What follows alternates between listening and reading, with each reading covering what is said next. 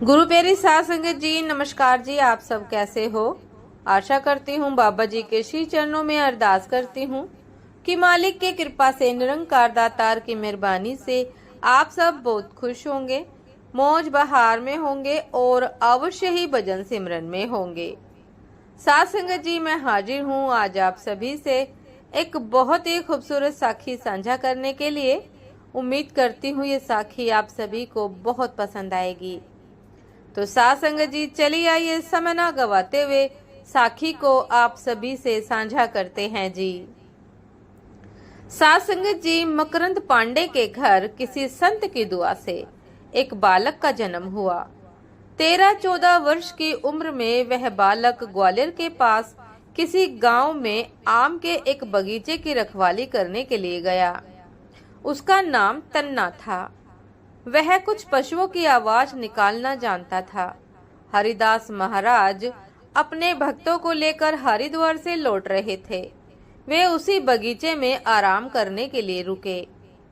इतने में अचानक शेर की गर्जना सुनाई दी। शेर की गर्जना सुनकर सारे यात्री भाग खड़े हुए। हरिदास महाराज ने सोचा कि गांव के बगीचे में शेर कहां से आ सकता है। इधर उधर झांक कर देखा तो एक बालक, एक लड़का छुपकर हंस रहा था।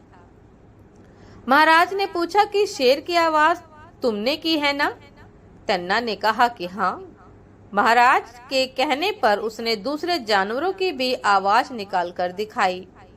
हरिदास महाराज ने उसके पिता को बुलाकर कहा, इस बेटे को मेरे साथ भेज दो।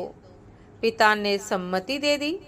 हरिदास महाराज ने शेर, भालू या घोड़े, गधे की आवाजें जहां से पैदा होती है उधर आत्म स्वरूप की ओर ले जाने वाला गुरु मंत्र दे दिया और थोड़ी संगीत साधना करवाई। साध संगत जी, तन्ना साल में 10-15 दिन अपने गांव आता और शेष समय वृंदावन में हरिदास जी महाराज जी के पास रहता। बड़ा होने पर उसकी शादी हुई। एक बार ग्वालियर में अकाल पड़ गया। उस समय के राजा रामचंद्र ने सेठों को बुलाकर कहा कि गरीबों के आंसू पोंछने के लिए चंदा इकट्ठा करना है। किसी ने कुछ दिया, किसी ने कुछ। हरिदास के शिष्य तन्ना ने अपनी पत्नी के जेवर देते हुए कहा कि राजा साहब, गरीबों की सेवा में इतना ही दे सकता हूँ। राजा उसकी प्रतिभा को जानता था। राजा ने कहा, तुम साधारण आदमी नहीं हो। तुम्हारे पास गुरुदेव का दिया हुआ मंत्र है और तुम गुरु के आश्रम में रह चुके हो। तुम्हारे गुरु समर्थ हैं। तुमने गुरु आज्ञा का पालन किया है। तुम्हारे पास गुरु कृपा रूपी धन है। हम तुमसे ये गहने गांठे रूपी धन नहीं लेंगे, बल्कि गुरु कृपा का धन चाहेंगे। महाराज ने कहा कि हम तुमसे गुरु कृपा चाहेंगे, गुरु कृपा का धन चाहेंगे, ये गहने नहीं। महाराज, मैं समझा नहीं। तुम अगर गुरु के साथ तादाम्य करके मेघ राग गाओगे तो वह अकाल सुकाल में बदल सकता है, सूखा हरियाली में बदल सकता है, भूख तृप्ति में बदल सकती है और मौतें जीवन में बदल सकती है। श्रद्धा और विश्वास के गुरु मंत्र जपने वाले की कविताओं में भी बल आ जाता है। तुम केवल सहमति दे दो और कोई दिन निश्चित कर लो। उस दिन हम सब इस राज दरबार में ईश्वर को प्रार्थना करते हुए बैठेंगे और तुम मेघ राग गाना। राग रागनियों में बड़ी ताकत होती है। जब झूठे शब्द भी कलह और झगड़े पैदा कर देते हैं, तो सच्चे शब्द ईश्वरीय यकीन क्या नहीं कर सकता।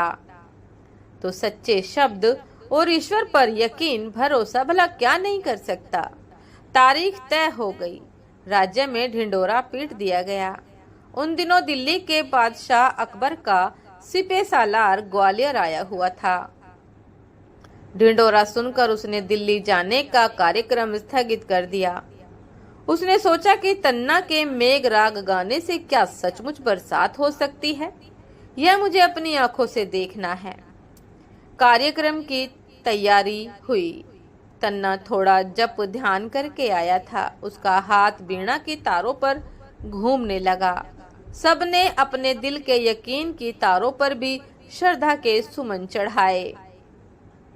हे सर्व समर्थ करुणा वरुणा के धनी, मेघों के मालिक वरुण देव, आत्मदेव, कर्ता भोक्ता महेश्वर परमेश्वर, तेरी करुणा कृपा इन भूखे जानवरों पर और गलतियों के घर इंसानों पर बरसे। हम अपने कर्मों को तोले तो दिल धड़कता है, किंतु तेरी करुणा पर, तेरी कृपा पर हमें विश्वास है। हम अपने कर्मों के बल से नहीं, किंतु तेरी करुणा के भरोसे, तेरे औदार्य के भरोसे तुझसे प्रार्थना करते हैं।